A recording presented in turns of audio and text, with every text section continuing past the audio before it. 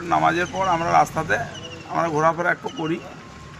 সেই হিসেবে দেখা গেল যে রাজ্যের এই যে আমাদের বিধানসভার জগন্নাথ বাবু এই রাস্তায় ও ভোটের প্রচারে বেরিয়েছিলেন, আমাদেরকে জিজ্ঞেস করছিলেন যে ভোটটা দেন।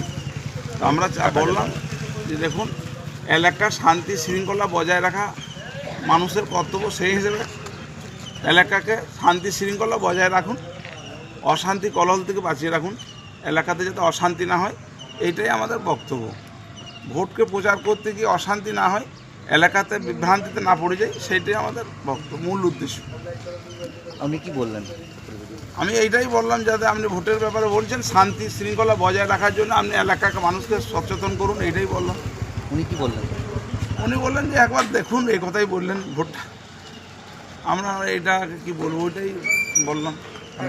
যে উজ্জ্বল চট্টোপাধ্যায়ের সঙ্গে তিনি ঘুরছিলেন, তিনি এখানে অঞ্চল কোর কমিটির সদস্য আছেন, তার সঙ্গে একটি ভাব বিনিময় করলেন এবং তিনি আপনাকে কি জানালেন?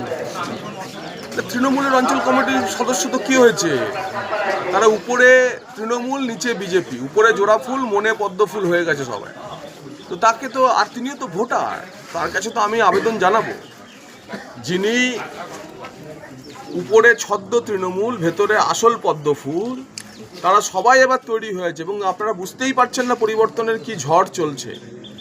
প্রচুর মানুষ উপরে উপরে তৃণমূল করছে, ইভিএমের সামনে দাঁড়িয়ে একদম গিয়ে পদ্ম ফুলে ভোট দেবে, চুপচাপ পদ্মে ছাপ হবে। তাই এই পরিস্থিতি আপনারা যখন ফলাফল বেরোবে পশ্চিমবঙ্গে দেখতে পাবেন যে যে কোনো আসন খুললেই পদ্ম ফুল, যে কোনো আসন খুললেই পদ্ম ফুল।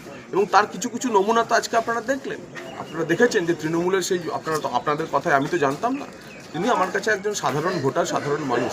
আপনাদের কাছে শুনলাম যে তিনি তৃণমূলের নেতা। তৃণমূলের নেতা যদি আমাকে, আমার সঙ্গে ভাব বিনিময় করে, শুভেচ্ছা বিনিময় করে, এই ইঙ্গিত যথেষ্ট অন্য কথা বলছে।